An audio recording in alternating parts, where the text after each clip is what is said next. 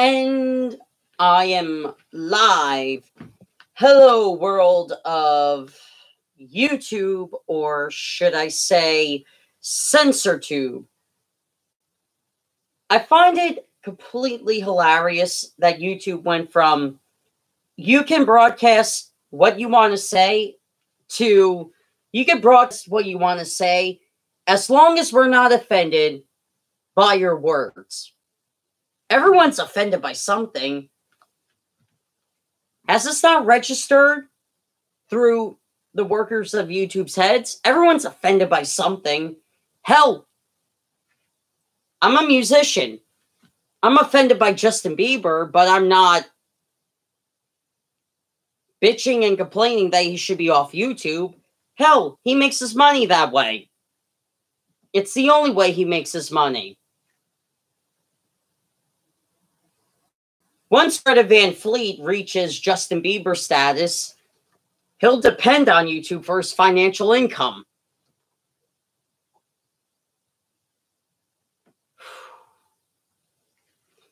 But shit on this website is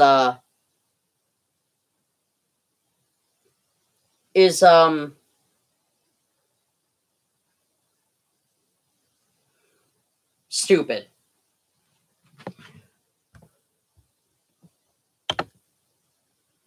Really, it is.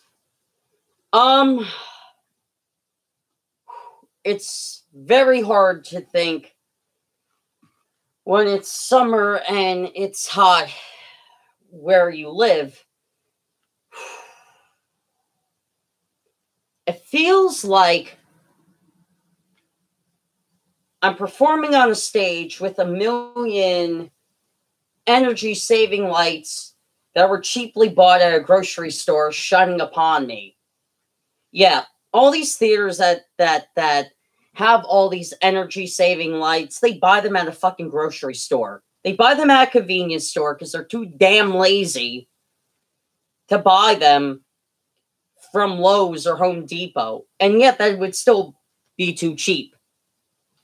I mean, think of all the theaters out there. You have theaters in London. You have theaters in Los Angeles. You have theaters in New York. You have decent theaters in Texas. You have theaters in Florida. And all of these people use cheap lighting. It's cheap. And all the disgruntled employees, while they're waiting for their paycheck to come in, the bosses are like, use their paychecks to buy more lights. They won't notice the lesser money on their paycheck systems. But anyway, I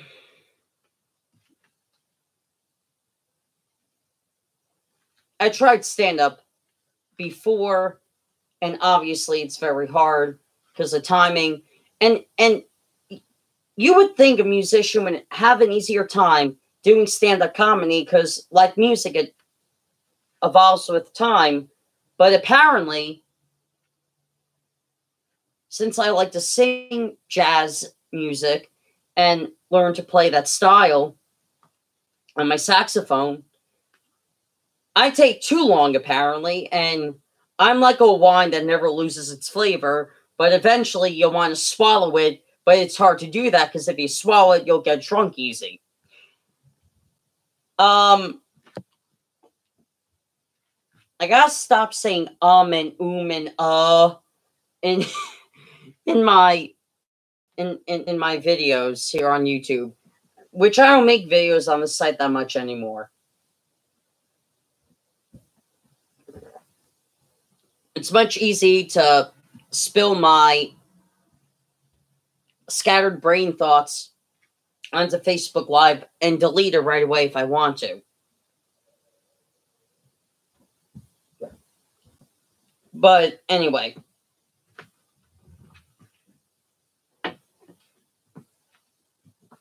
Enough with the procrastination. Onto the improv and impersonations.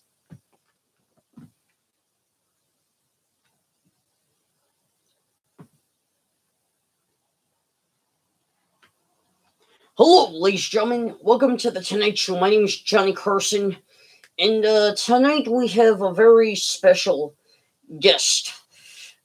We have New York's one and only, I believe his name is Stefan. So he doesn't have that much time, but Stefan, please come out, will you?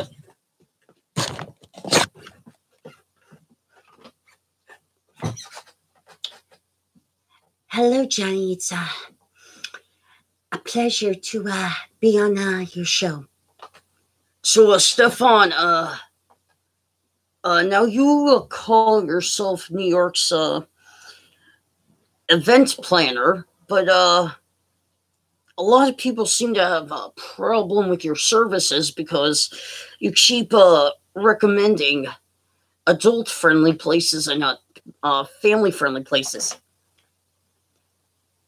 Well, that's just their problem then. No, Johnny, listen, when it comes to the places I mentioned, like Mary, or Steven, get back and clean your room. When I mention those places, yeah, they're meant for adults. But the kids could participate too. And exactly how could they? Well, the kids could be human garbage disposals.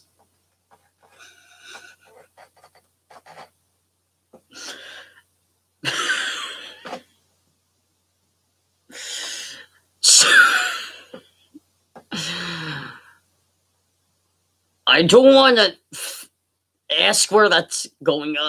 Are you familiar with Greg Cornick? Oh, yeah, I believe I am. Sis Boomba. Okay, I'll do it then. Sis Boomba. What's the sound you're making while orgasming? Why would you be making these? Why will you be making the sound of exploding sheep while you're orgasming? Man! Why will you be doing that? That only makes it more fun. So, while I still have you here, you're in Los Angeles, and you've been here for the last week or so hitting up the adult clubs. Let me remind you, adult clubs. What adult clubs would you recommend to adults? Well, Johnny, since you asked, I would recommend for adults Willy Wonka's bedroom. Why Willy Wonka's bedroom? Well, at Willy Wonka's bedroom, you have an Oompa Loompas. What's a human Oompa Loompa? It's a dwarf dressed as an Oompa Loompa, as a human tray. So every time you pick up your drink, it tickles them down below. That's a human Oompa Loompa? No, that's a human serving tray. The human Oompa Loompa is a midget used as a urinal. Okay, so,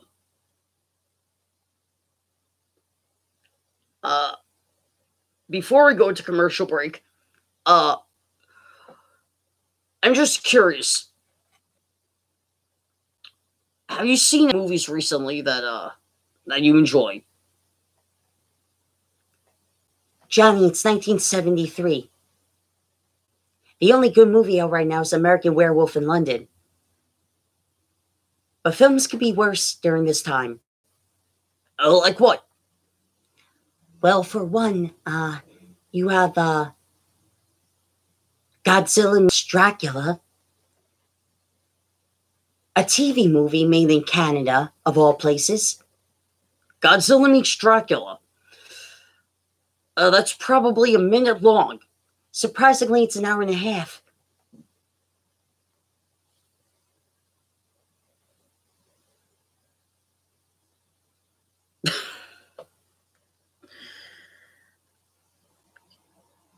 I make fun of American Werewolf in London because it's one of the most films I've ever seen in my entire life. Anyway, I'm breaking out of character. Get back into it. All right, Mary Wilson, stop hitting me. I'm Porgy.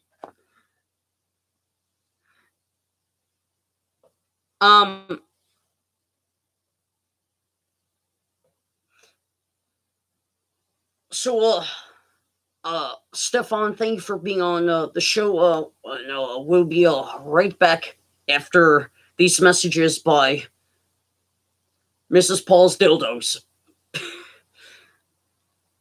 Okay. That's if Johnny Carson interviewed Stefan from SNL.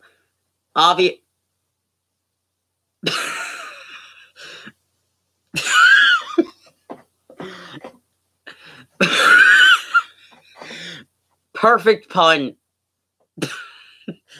Perfect pun. Pun intended in this case. So anyway, moving on to the next improv.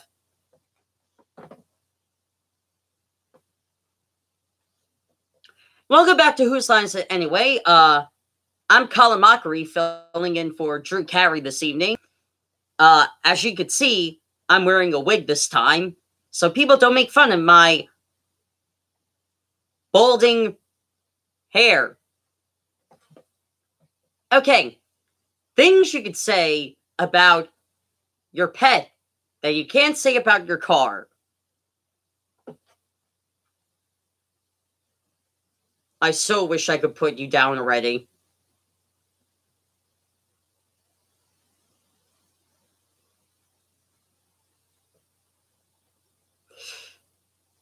It's new and exciting. I wonder what it feels like when I touch the tailpipe.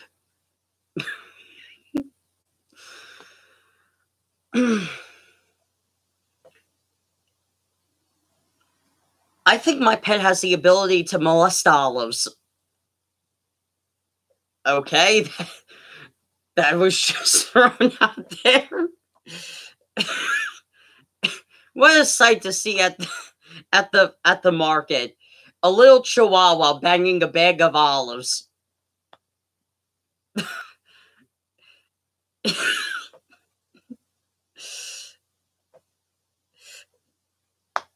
Yeah, that's one thing you could.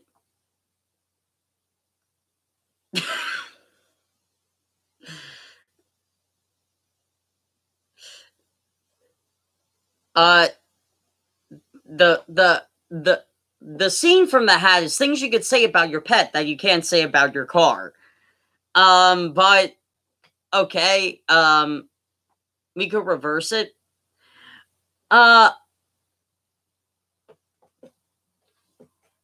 Okay, other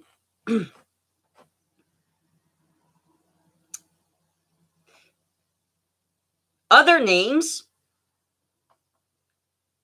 of Drew Carey's siblings, if he had any.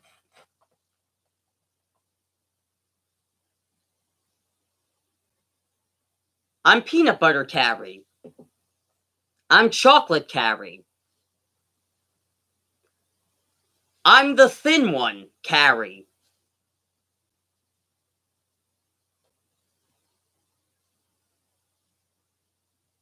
Drew looks thin compared to me.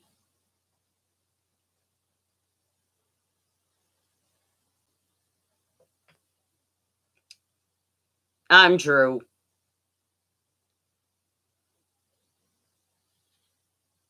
Mariah looks better.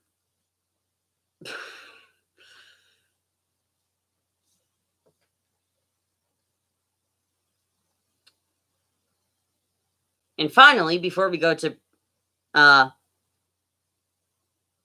Ryan's favorite thing, Irish stringing song.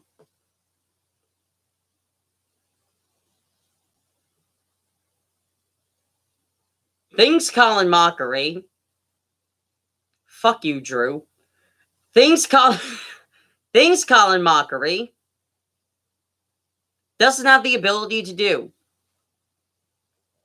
Okay, I'm gonna fix my hair and I'm going to go to the pub tonight to meet a friend of mine. Hey, young lady. Want to feel my long flowing locks of hair?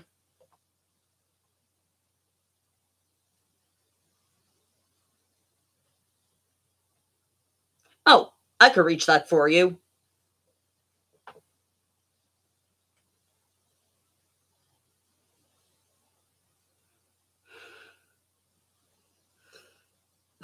Damn, that one burns. Even I'm playing all mockery, and I know that one stings. Christ. Everyone on the Who's Line cast is taller than Colin Mockery. He's the shortest one. God damn, that one burns.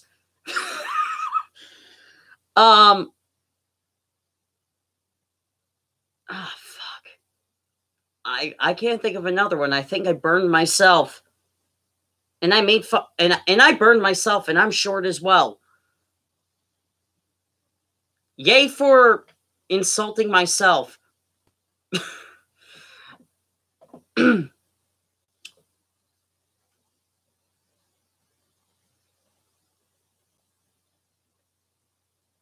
Oh, thank you.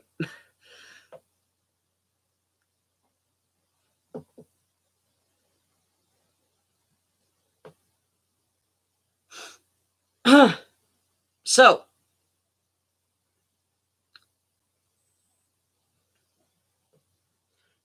jazz hands, segueing to the next thing. Why jazz hands? Just to fill in the dead air. So, in order to be funny with instruments, oh, thank you for watching.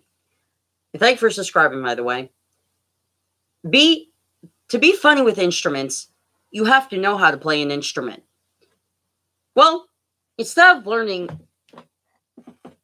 of playing an instrument, why not sing like the instrument? I'll show you what I mean.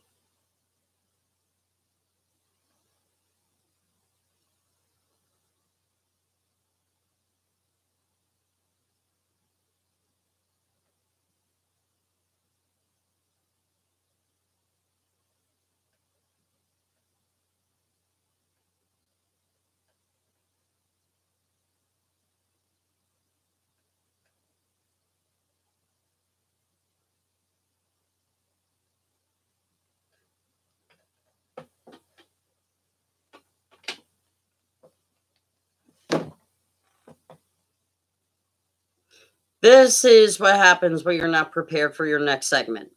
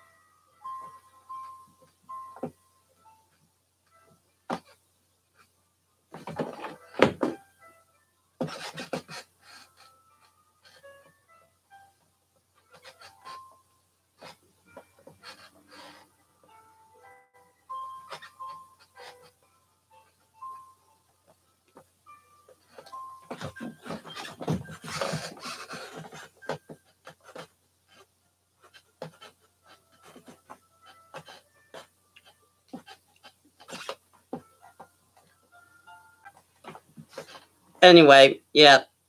So you don't always have to know an instrument well in order to be funny with it. Anyway, that was, I don't own the rights to that song. That's actually it's from a great album if you're into music. It's Don Drexel's album where he plays a lot of scores from film.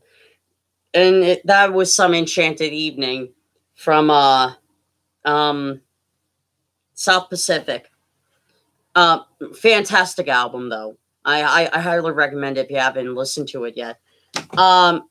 But so anyway, I took a slow moving romantic song and I made it into a song of a frustrated man at a bar who's yelling at his boss that he has to come in at midnight on a Friday and keeps getting his drink spilled into his face. Some enchanted day when you're fucking frustrated from daily activity, then you just want to jump down into a bomb shelter and run away. Mentally, at least. You don't want to go to work, and who can blame you? You don't want to try to even get there, but you have to anyhow. Oh, how we hate work. We really, really do. But why should we like it to begin with? Well, it does pay the bills, but yet gives us a migraine. I guess there's no fair medium at all from the traffic and or from the sweeping of the janitor who keeps listening to your calls. You know what? I think I'll put that in a parody of that of that song. Some enchanted day at work. A Mel Brooks-like production by me, yours truly.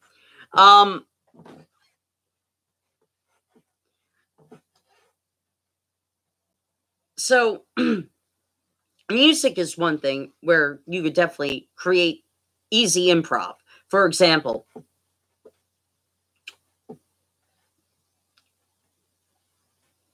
here's what Good Vibrations would sound like if Brian Wilson was very hungry while writing the song. I love the colorful clothes she wears. And from the tuna casserole in the oven. I like the sound of popcorn popping when I'm running on my treadmill of bananas. I'm shopping at the grocery store, looking at the tomato soup cans. I'm shopping at the grocery store, looking at the tomato soup cans. So, oh, here's another secret recording that the Beach Boys never got out.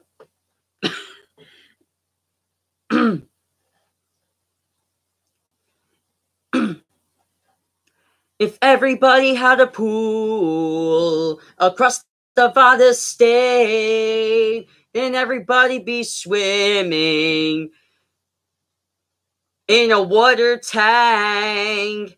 Because the water in Nevada is just a sewage drain.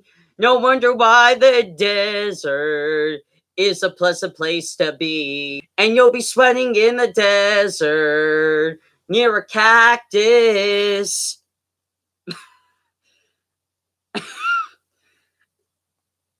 Oh, here's a secret recording by the Beatles, which never got released. John, are you ready? Yeah, Paul, I'm ready. Okay. Ringo, are you ready?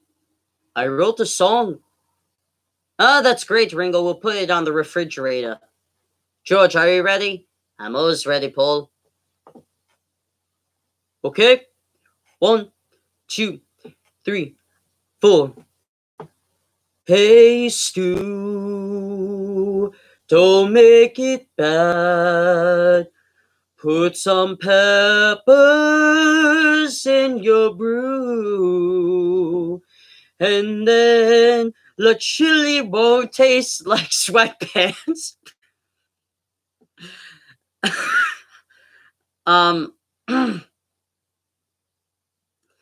Yeah, that never got released by the Beatles. Apparently, they were doing too much LSD, and their manager wouldn't let them release that. I wish he would have, though. I mean, it's better than Hey Jude. And then that version makes everyone want to buy beef stew. But yeah. Oh, here's a secret song by my guy, Frank Sinatra, that almost got released by Capitol Records.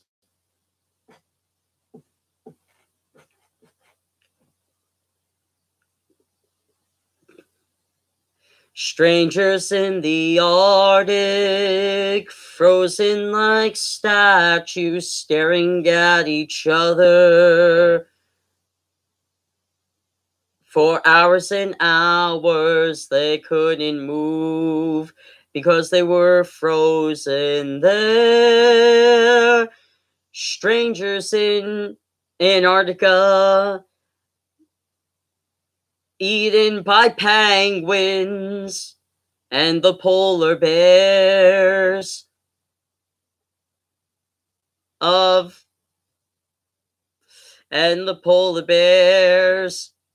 New York City. Capitol almost released that. But they fired Mitch Miller before they could.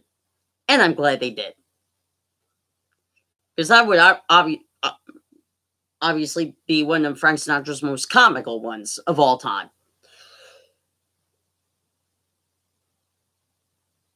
So, I'm not doing the Cal Burnett thing. My ear's just itchy. Speaking of Cal Burnett, since I brought Cal Burnett up, and this is an improv video,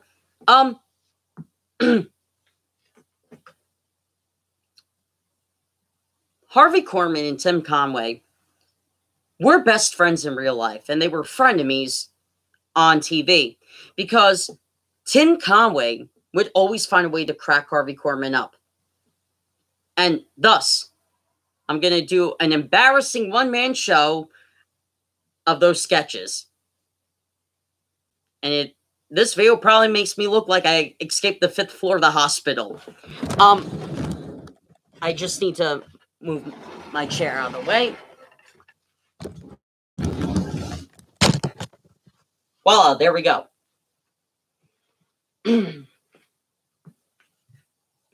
Do you know why you are standing here? We are going to give you a dishonorable discharge. Do you know why we're giving you an honorable discharge? You left those poor boys in the ditch.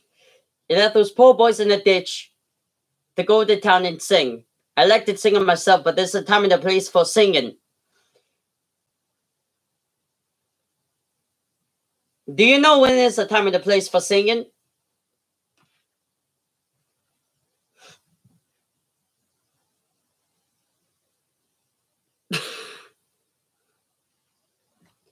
Um,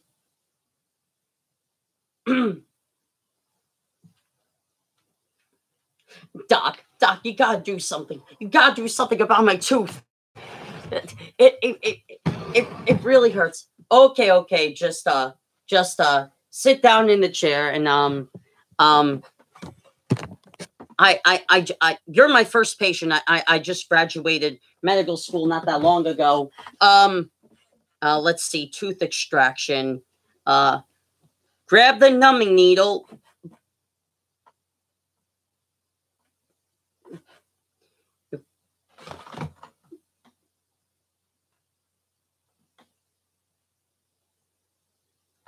And put it where the pain is.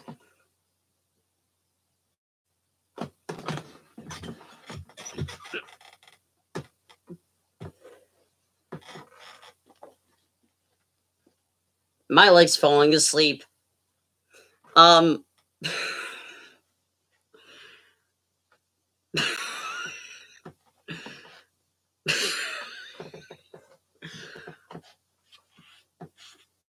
Now I understand why Harvey Korman was cracking up laughing.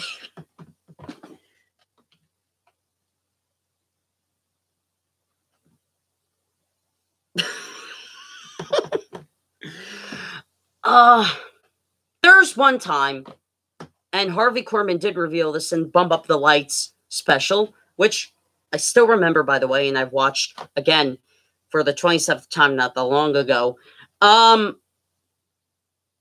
But there was one time where Tim Conway got himself. He always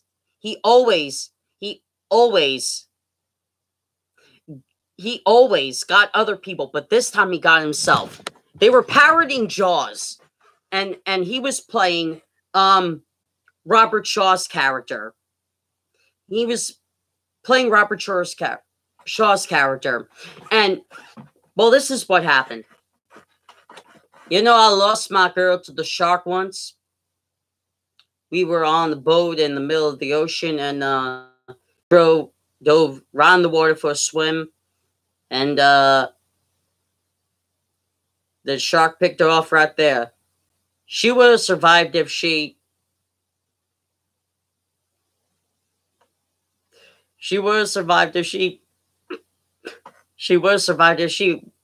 weren't been wearing her lucky ham.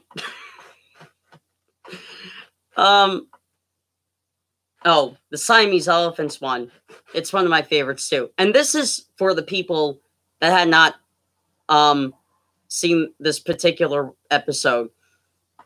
Because I know some of my demographics on my channel are people in my generation. If you have not seen this episode, this is basically what it looks like. Now, this is a Mama's Family sketch. Now, Vicki Lawrence, who was the youngest of them all, played a aging woman, Mama. Eunice Carroll, one of the oldest cast members. No, correction, that was Lyle Wagner. But one of the older cast members was playing Eunice, the young daughter. Now, this was towards the end of the series. Dick Van Dyke was a guest star on this particular episode, and he was playing a cousin or a brother of Eunice. I forget exactly which one. And then Tim Conway was playing her younger brother. And they were playing a game of, they were playing the game. I forget exactly, Guess What or something like that. And, well, this is what happened. I was watching National Geographic, and they were talking about the Siamese elephants. They were conjointed at their trunks like this. And I felt kind of bad for them because most of us go, mm! All they could go is, Dork. So anyway, at this freak show, they had the elephants down their hind legs so their trunks can join out like this, and then a monkey on a unicycle comes out and does a tango on their trunks.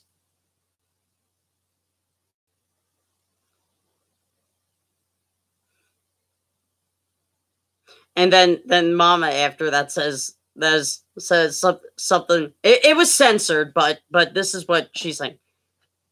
Do you hear what that shit is saying? And that cracked everyone up.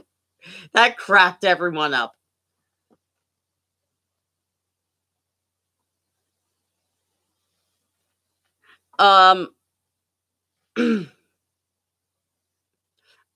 And my favorite sketches, still to this day,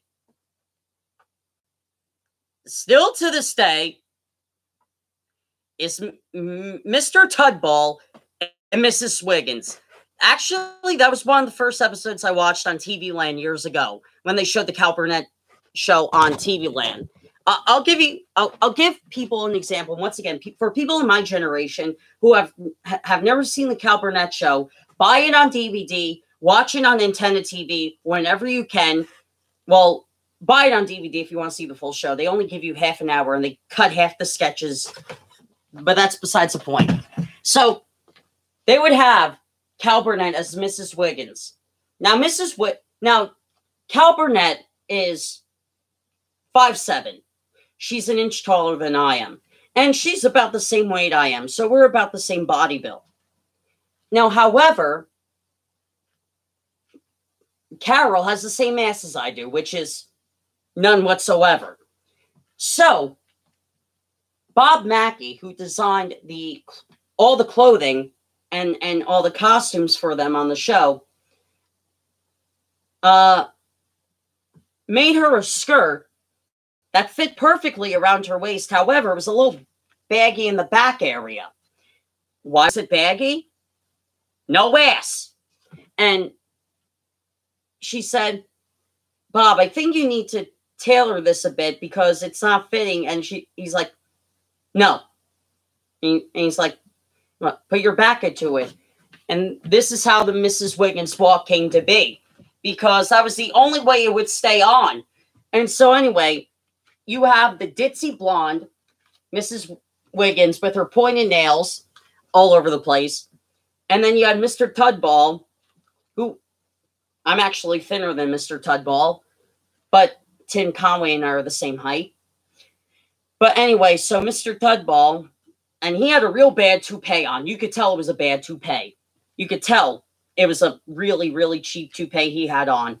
But so anyway, Tim Conway with his bad toupee and his miniature fat suit on. Always talk to like this. Mrs. Wiggins, Mrs. Wiggins, Mrs. So anyway,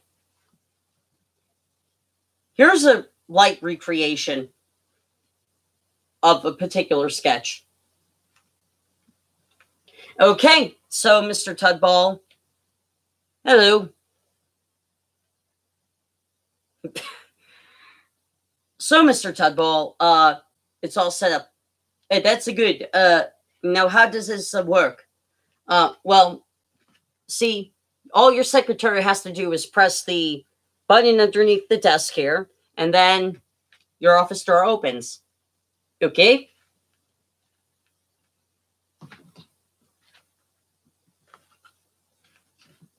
Mrs. Wiggins? Mrs. Wiggins? Hello? Mrs. Wiggins? Hello? Mrs. Wiggins, come into my office door, please.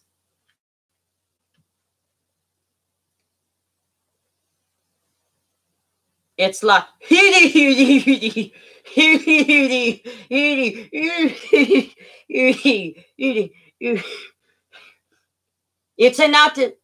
not stuck. It's locked. It's locked. It's locked.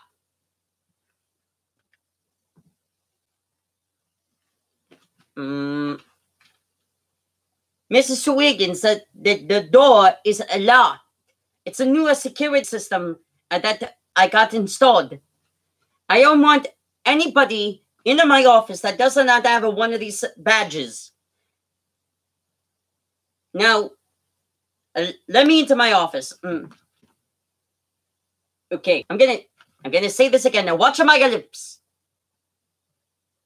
I'm gonna watch my lips. Even a child can understand this. I don't want anybody in a door in my office that does not have one of these like security badges. So let's do this again. Oh, hello. I'm here to see Mr. Tudball. Can I wait for him in his office? I should get to train the monkey to be my secretary.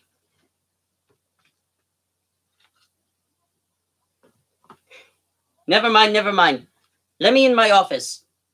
Where's your badge? It's on my desk. I need... Open... Mrs. Wiggins, can you get me coffee, please?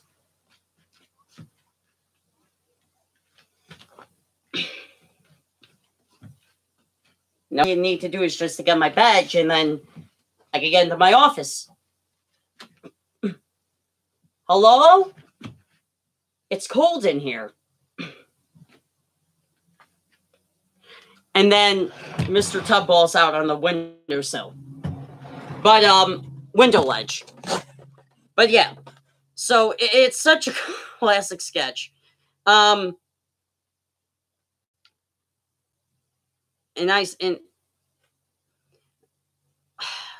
so Mel Brooks. Who doesn't like Mel Brooks? So Mel Brooks is famous for Your Show is Shows, his movies, of course, his stand-up special, which is okay. I wish he would have done a stand-up special years ago. But Mel Brooks is big and famous, and for reasons obviously known. However,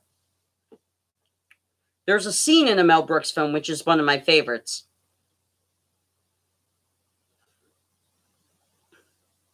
In High Anxiety.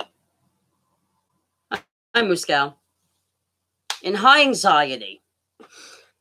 High Anxiety is a Mel Brooks film that is parodying Alfred Hitchcock films. And Alfred Hitchcock found it hilarious. So it was an A-OK from Alfred Hitchcock, which took the load off of Mel Brooks' back. So there's a scene where he just enters his new office for the Psychiatric Institute of the very, very, very, very, very, very, very, very, very, very, very, very, very, very, very nervous. Yes, that many varies in it. So he just gets into his new office and he runs into his old teacher. And he's like, "Oh, look at the view." And he's like,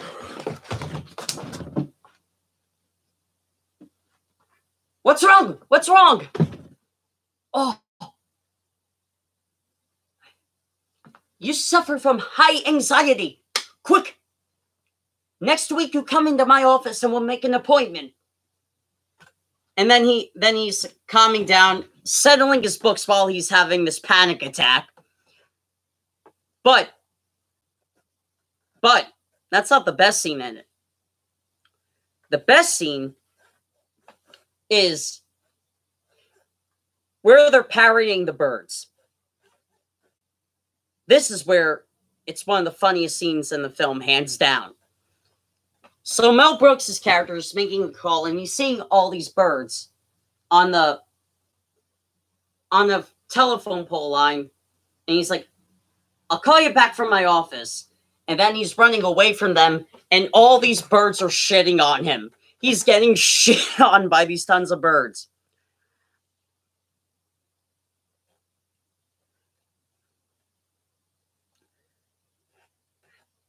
And it's a funny film, but that's not what the Mel Brooks thing I'm going to do. Here's the Mel Brooks thing I'm going to do. It's from the producers. Yes, YouTube, I am taking a challenge up with you. This is from the producers. "Leo, let's just give it up." Max, oh. Take two. Max, let's just give it up. We're not going to find that play. It's 2 in the morning. I'm exhausted. I'm tired. We're not going to find that play. We might as well just give it up now. Not going to find a play. Not going to find the play.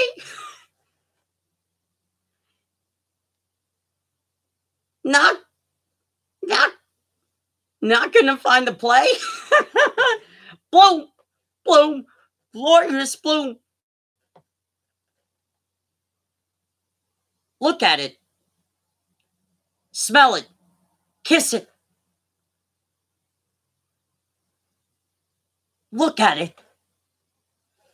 Springtime for Hitler.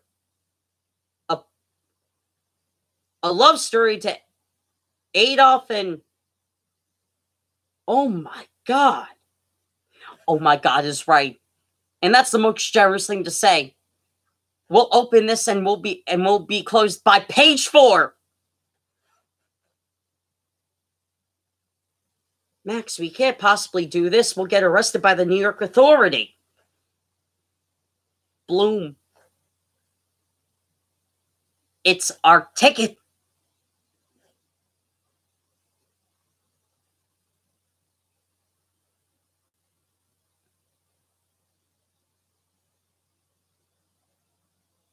Yeah, I love Alfred Hitchcock horror films.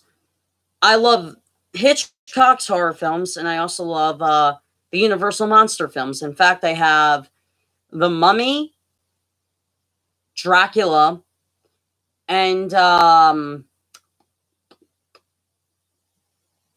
Mummy, the Dracula, and Frankenstein Universal Monster Collections on DVD.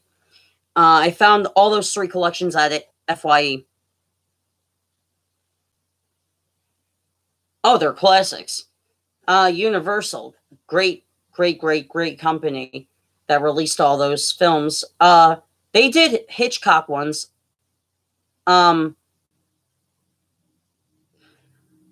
fact, one of the Hitchcock films that was produced by Universal is North by Northwest. And a quick movie review of that film. It stars Cary Grant. And Cary Grant in this film has to find the real criminals. He's being framed. So he's running across the country, and there are people hunting him down because they don't want the real person to be caught for this crime. So it all leads to Mount Rushmore.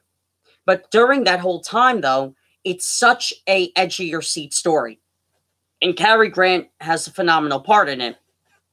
And another great Alfred Hitchcock film is Rear Window, where James Stewart is in a wheelchair, and he has a leg cast on, so he can't do shit.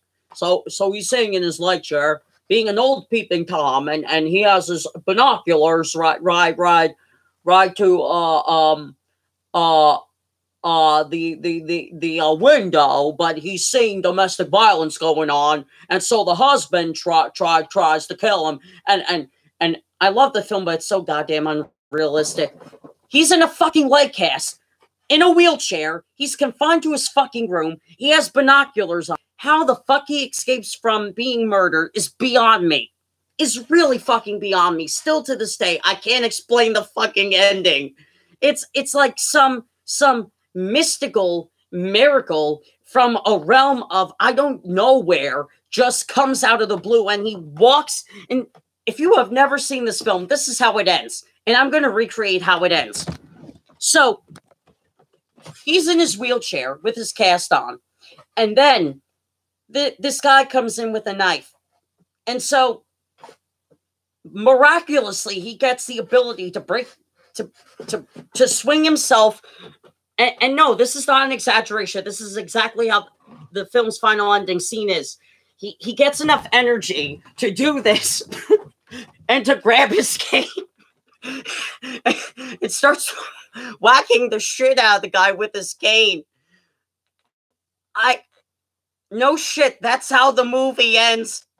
That's the final scene of the film. It's so fucking odd. It's unintentionally comical. Because when you're confined to a wheelchair, when you can't move your leg, and you miraculously just do that.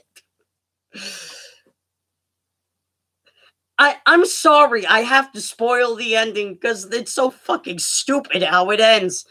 It's a great edge of your seat film until the ending. That's when it becomes an unintentional comedy. But I love Hitchcock.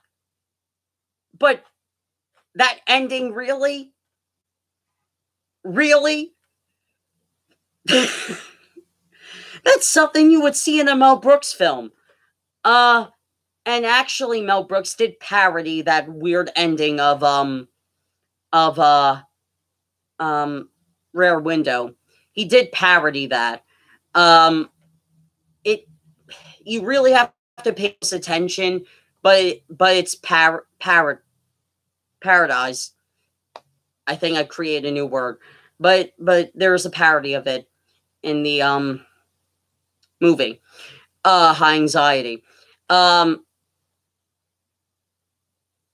Yeah, Abbott and Costello meet the Mummy. Abbott and Costello meet Dracula. Abbott and Costello meet the Invisible Man. I've seen all those. Yeah. Oh, thanks. That's my New York towel. I have the most tacky fucking setup of all time. I'm seriously not kidding. I have my New York poster, my New York picture right there, my Elvis picture right there, my Marilyn Monroe picture right there. I have a towel on the wall of New York. I have my Elvis game board on the wall.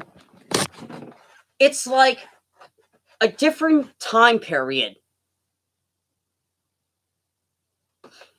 It's like a different time period.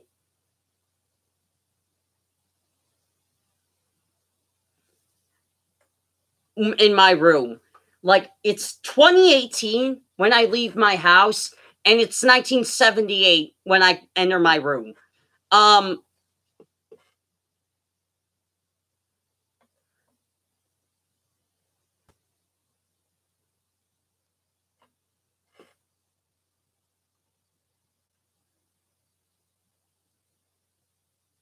Oh, yeah, I've always said I was born during the wrong time period. And a Club 54 song. Studio 54, yeah. I don't think they sell Studio 54 merchandise anymore.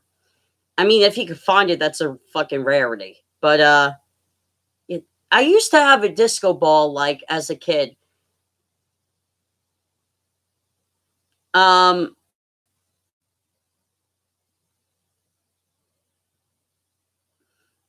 Defending Your... No, I have not seen that film, surprisingly. If I have, I don't remember. I've seen a lot of Mel Brooks's comedies. I have yet to see his dramas. No,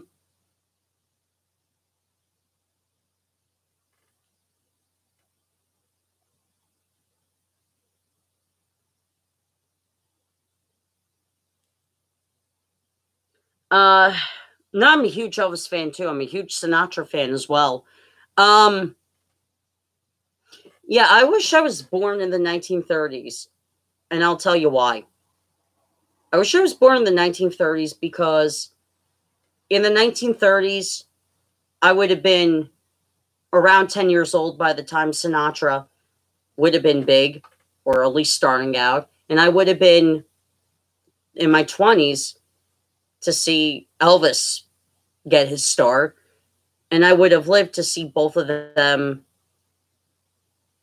have successful careers before they died.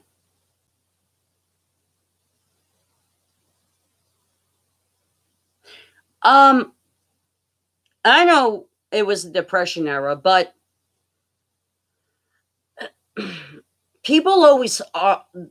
The parts of the Depression era that are always highlighted are the Hoovervilles and stuff like that. But there were a lot of people who had nothing or had little to nothing. But they still got by. there were a lot of people that had little to nothing, but yet still lived in houses. They struggled, don't get me wrong, they struggled to make their rent and to get food on the table, but they survived. Um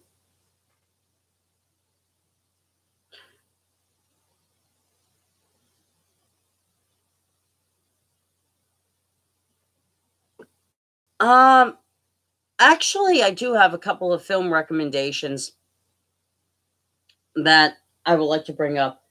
Uh Now, Hometown Story is from the 1950s, early 1950s, and it's actually pretty good um about pointing out that um technology by big corporations is used to save lives instead of make lives worse. Um and it's actually a positive message that needs to be reinstated, because I won't say what happens in the film, but you have to see it to get my point.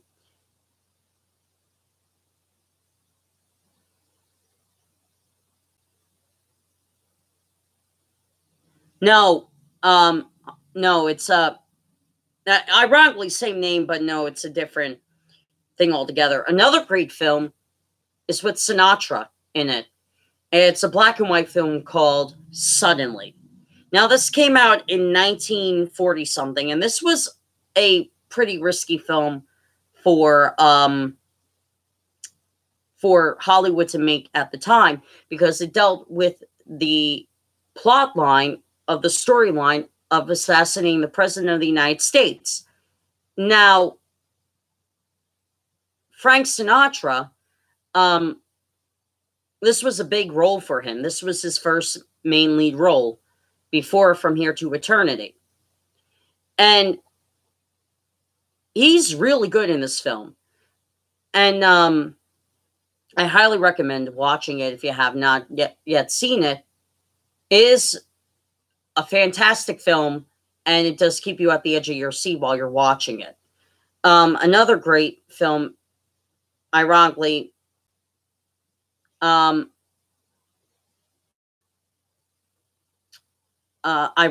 with Frank Sinatra as well, is called The Manchurian Candidate, another film that deals with the plot line of assassinating the president of the United States. However, this came out in 1962, the year before JFK's assassination.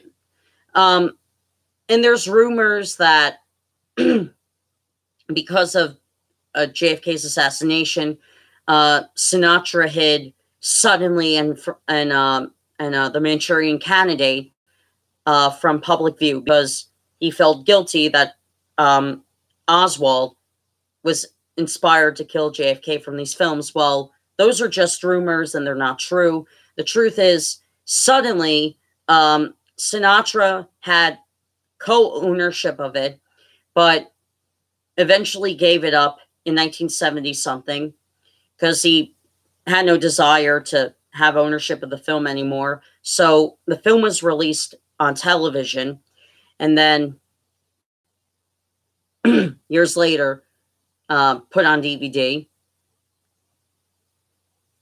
before that VHS, and then The Manchurian Candidate. Sinatra had no idea he had full ownership of this film, because it was a film done by his movie studio, and he had no idea he had full ownership of it until 1984. And then it was released on VHS for the first time in 30 years. So, what? First time in 20 years. And it still is a great, those films are still great today. What else?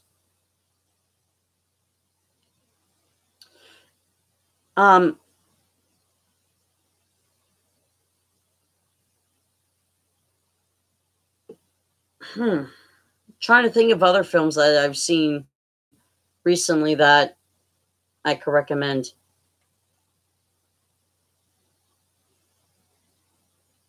Oh, but I do have some Memorial Day films. Memorial Day films. One being Yankee Doodle Dandy, James Cagney classic. Another, Anchors Away, Gene Kelly, Frank Sinatra. They play different Navy sailors than they do On the Town. However, On the Town's another classic that's good for Memorial Day. And Patton. Patton is a great Memorial Day film to watch. Besides Patton, you also have White Christmas.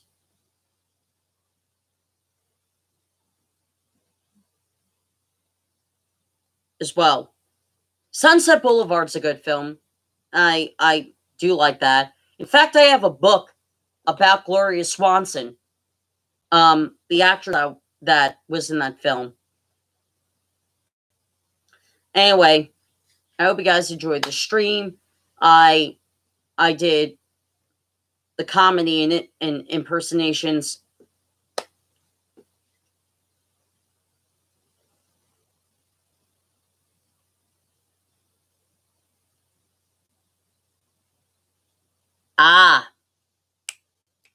In fact, I have seen the Maltese Falcon. I have seen the Maltese Falcon. It is a great Humphrey Bogart film.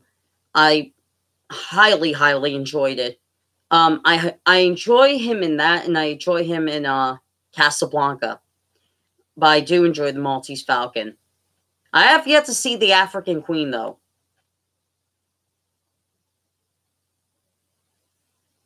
Oh, we saw in the 1931 version. Oh, who is? I was like, I gotta check out who the actor is.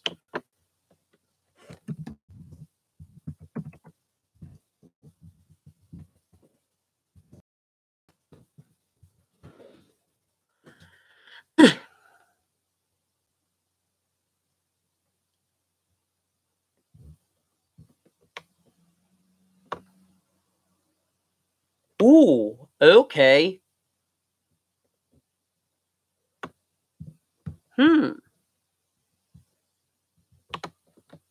Okay, I'll definitely check that one out.